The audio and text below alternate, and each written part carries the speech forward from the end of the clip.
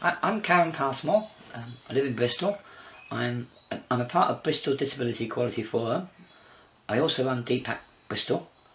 I hold a few offices in political parties, but let's not be political. And I've been a major part in the campaign against universal credit coming in Bristol. You can be, I mean, they've now reduced the time limit. You have to wait from 6 weeks to 5. But people have been waiting 12 weeks, even longer. And if you make the slightest mistake on your form, they stop it or they sanction you. And this is progress. I mean, this is punishment. Well, if you take people with mental health illnesses, I mean, this is going to stress them out beyond belief.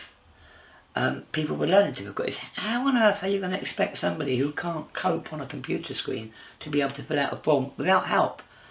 And it may be possible, I use the word may, it may be possible to get help from the DWP, but it's going to be very difficult because I think there's going to be an awful lot of people struggling.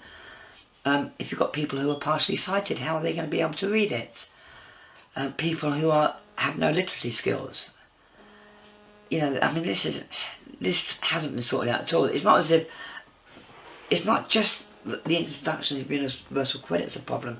Is that the government have shut down virtually all the support systems. So, I mean, trying to go and see citizens' advice or advice centres, or like in Bristol and Wessel, you know, to get advocates to help you. I mean, they're becoming fewer and fewer and fewer. Where do we go? Where do people go to? Yeah.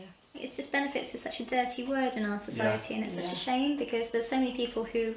I think one of the big problems with universal credit is that. A lot of people don't realise what welfare benefits are. So you'll have conversations with people and they'll say, oh, I'm not a benefit claimant, I wouldn't claim benefits. And you say, aren't you claiming child benefit? Aren't you claiming tax credits? Those are benefits. Yeah. And there seems to be a misconception as to what benefits are. So universal credit is certainly going to alarm people because it's all the 6 main benefits are being swallowed up. The majority of the population is going to be swallowed up under universal credit at some point. So, because even child tax credits, working tax credits, everything's going. So, there are some people who are going to be much better off under universal credit. There is a group of people. You know, if you're very computer literate, it's great. You know, you probably won't have any trouble, and it'll probably be much better for you because you don't have to go down to the job centre every 2 weeks. You can manage it all online, and there'll be an agreement in place where the work coach will just kind of touch base with you as and when.